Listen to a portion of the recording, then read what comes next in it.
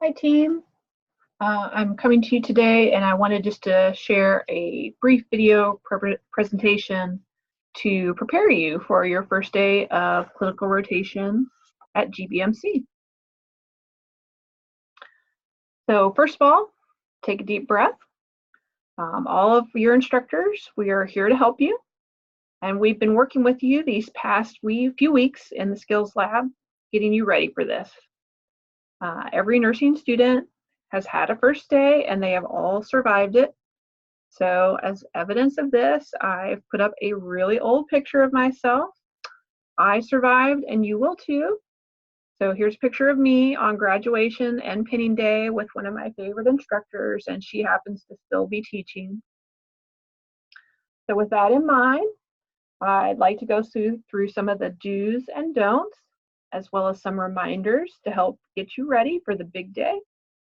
Being prepared will definitely help calm some of those natural feelings of anxiety. Now, before the first day of your clinical rotation, here are some things that you should do. Find out where you're going. Now, I gave you a sheet on Thursday with some written instructions, but the following slides will have some pictures to help guide you. If you are traveling from a distance, you may want to make a practice run at the same time of day that you will be traveling to clinical. This will give you a better idea of the amount of traffic that you may encounter. Give yourself a little extra time also. You do not want to arrive late, and you also do not want to arrive rushed and stressed before the day has even started.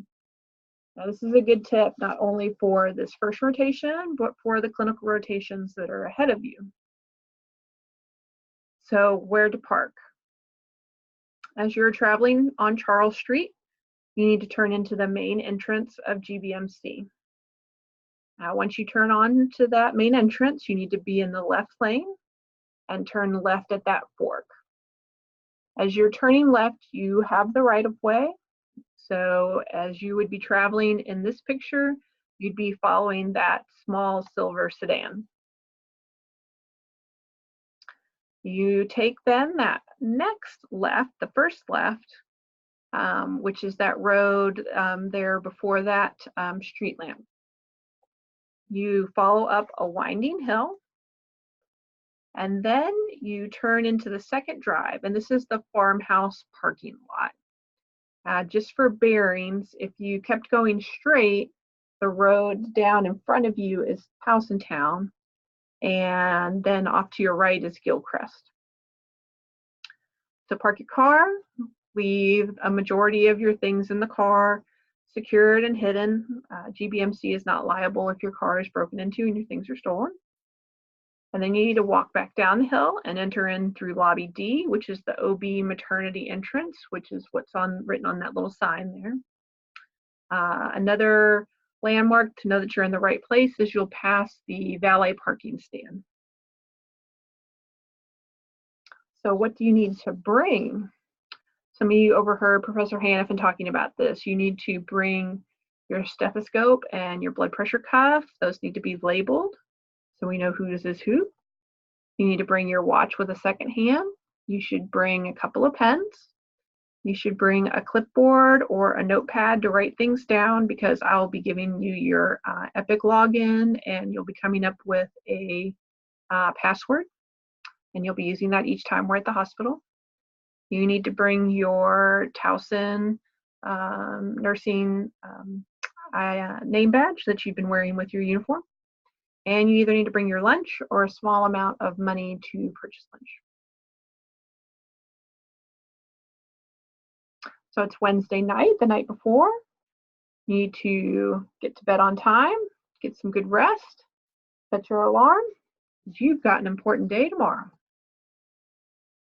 Now on that first day, I'm gonna make sure that you have a good breakfast before you come in, because you know what they say, breakfast is the most important meal of the day.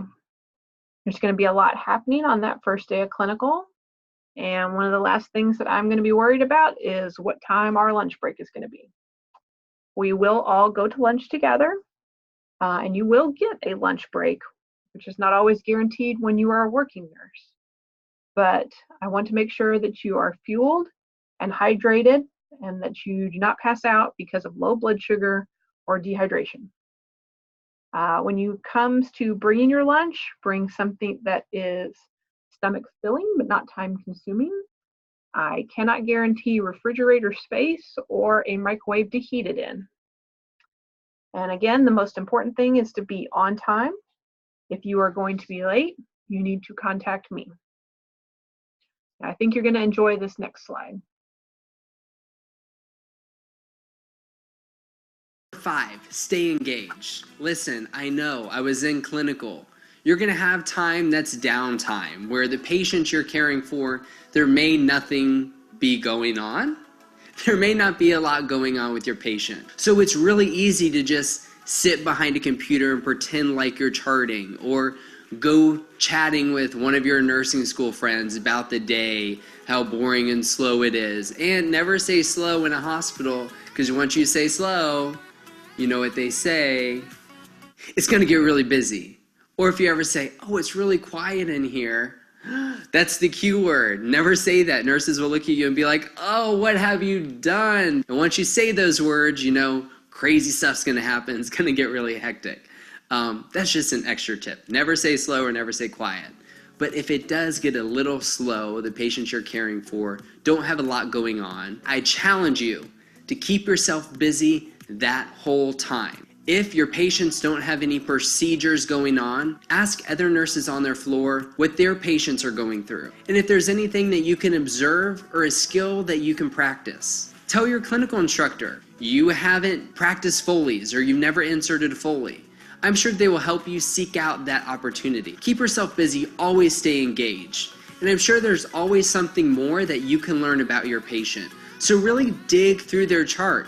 Don't just look at the last note, but look at every note. Don't just look at the last labs on that patient. Look at every lab and really see their trends. And by staying engaged, you're learning, you're asking questions. There's something special about inquiry. And as a nurse and a nursing student, that is a skill. Inquiring is always learning. Because it is so busy to just get caught up in, oh, it's just another clinical. It's another 8 hours. But clinical, this is hands-on experience. You get to be with patients and families. You're in the hospital setting. There is so much to learn. That's some good advice from Nurse Blake. So let's talk about the don'ts.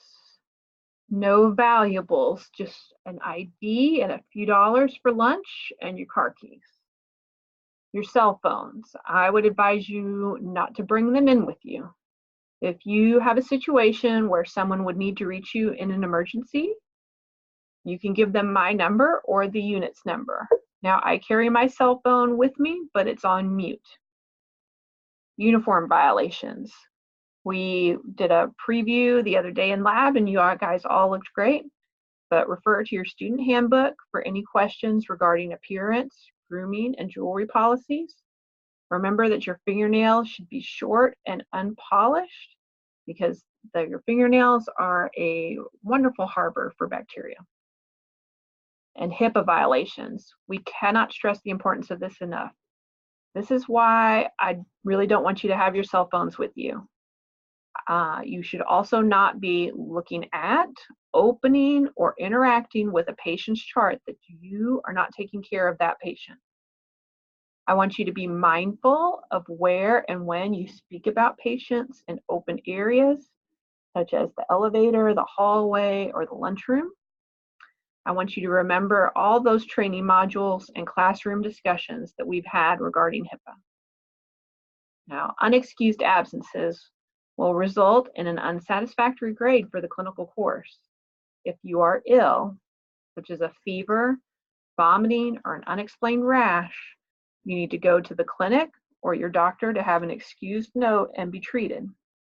We do not want you to be a sick and contagious person in the clinical environment. And finally, unprofessional behavior.